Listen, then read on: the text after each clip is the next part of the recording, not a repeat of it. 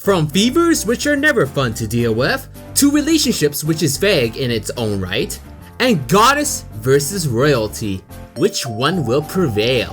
Hello, Magi here, and welcome back to another episode of Top 5 Touhou Doujin works, the series where I cover doujin works I or you guys have noticed throughout the week and had the need to tell you guys about it.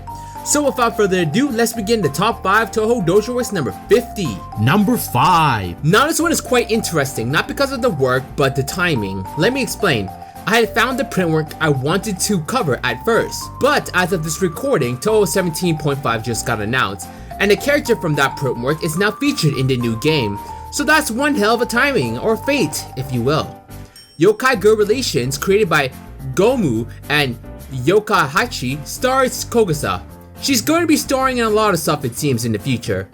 It starts off with Kogasa losing her umbrella. Not a fun time for her. As she's looking for it, she comes across Chiruno. Kogasa explains how she got beaten up by Reimu and Marissa. After that destructive beatdown, her umbrella went missing. The story had quite the effect on Chiruno as the Ice Fairy wanted to help Kogasa out. They enter the village and Chiruno starts to go ham. Not the wisest thing I would say, and I was correct as Reimu showed up and taught Chiruno a lesson. Very painful. Now that was just the first story. The second story deals with the Mirin crew. Nue is slacking off.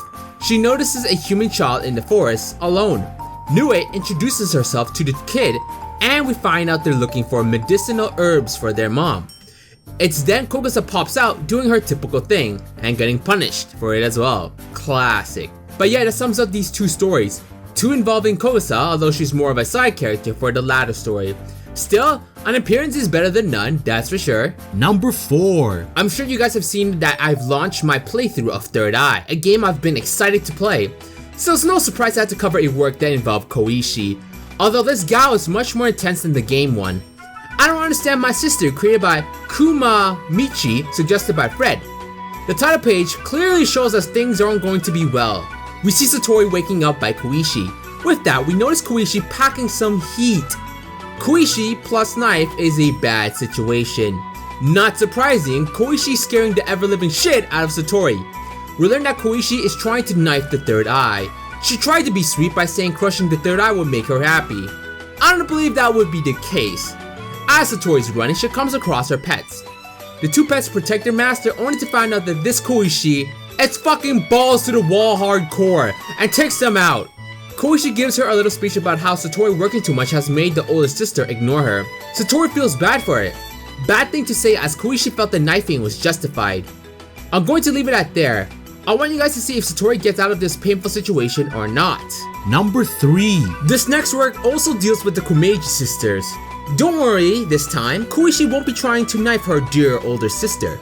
Bright Red Eyes, created by Dynamo, begins with Satori crying. This time, it isn't due to her sister. Thank bloody goodness.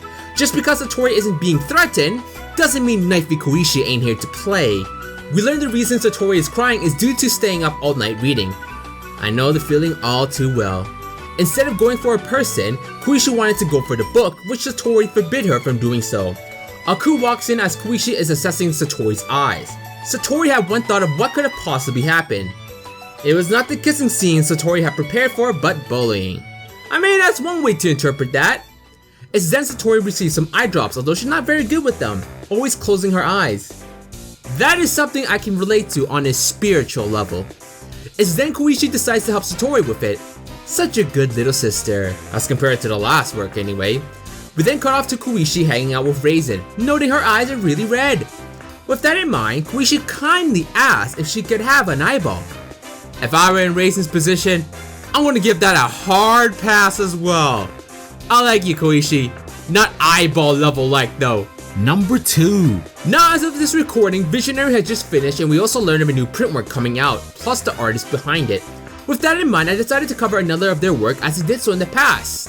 Hey! Reisen Fever, created by Mizutataki, a future official artist for Touhou mind you, stars Reisen. We see that Reisen is feeling sick due to the seasons. As she's opening her eyes, her roof gets blown up. Hot bloody damn. I don't recall ever being that sick before, but maybe that's just me. We learn that Reisen has hay fever, an allergy caused by pollen. For Reisen, given her abilities comes from her eyes, the sickness is causing her powers to go AWOL. Due to it, Reisen is forced to keep her eyes shut unless she wants to repeat from earlier. Eren had medicine that could cure Reisen of her issues. Unfortunately, her excitement got the better of her and blasted her hopes away. So with that in mind, Eren goes out to gather more ingredients for the medicine while Kaguya watches over Reisen. Another important thing is that Reisen had to be kept in a certain position, no matter what. Not the most flattering of positions, although luckily, Kaguya has something to deal with Reisen's eyes. I want to leave it at there as I want you guys to see how the princess handles the sick little bunny. Unless you say Reisen's ability makes it a little tougher. Number 1. For this last work, things are going to get very heated. Not nuclear level hot, but it's still pretty intense. Fortuna, created by Kaiko, suggested by Fortuna, stars two unlikely people. We see that Sagumi is in the dream world and is going to go to Gensokyo. As Sagumi enters, she notices the area she had arrived at is not Gensokyo. We learn that it was Senkai, meaning Miko's place. It appears that the prince has knowledge of who Sagumi is. I don't know if Miko ever knew Sagumi to begin with in canon, so I can't comment on that aspect. It gets more interesting as Miko was actually able to bring the Lunarian to her domain without Sagumi's knowledge, mind you. It's then we get an appearance of something Sagumi had placed into Gensokyo long ago, causing an incident before her game. We see the occult ball. Miko planned out that someone behind the events of the urban legend incident would eventually return to Gensokyo, which is why she had placed a net over Gensokyo. Anyone coming in from the outside world or the moon would end up in Senkai. I gotta say, this is some big brain Miko right here. Miko gives a long speech about the yokais of Gensokyo and how dangerous Sagumi's powers are in that land. In the end, Miko and Sagumi have a good old battle, and let's just say these two are gonna tear things up a bit. Lunarian versus Hermit. Not a battle one sees every day, that's for sure. I'm gonna leave it at there. A battle between these two individuals is no doubt gonna be insane. But yeah, hopefully you guys enjoyed the episode. Which Doujin works are you gonna check out later? Are you ready to see Koishi go super insane? Do you want to see how Reisen deals with her hay fever? Or are you down to see an epic battle between Miko and Sagumi? If you guys enjoyed the video, please give it a like and subscribe, or else you might get hay fever as well. And that does not look like any fun. Either way, this is Magi, and thanks again for watching.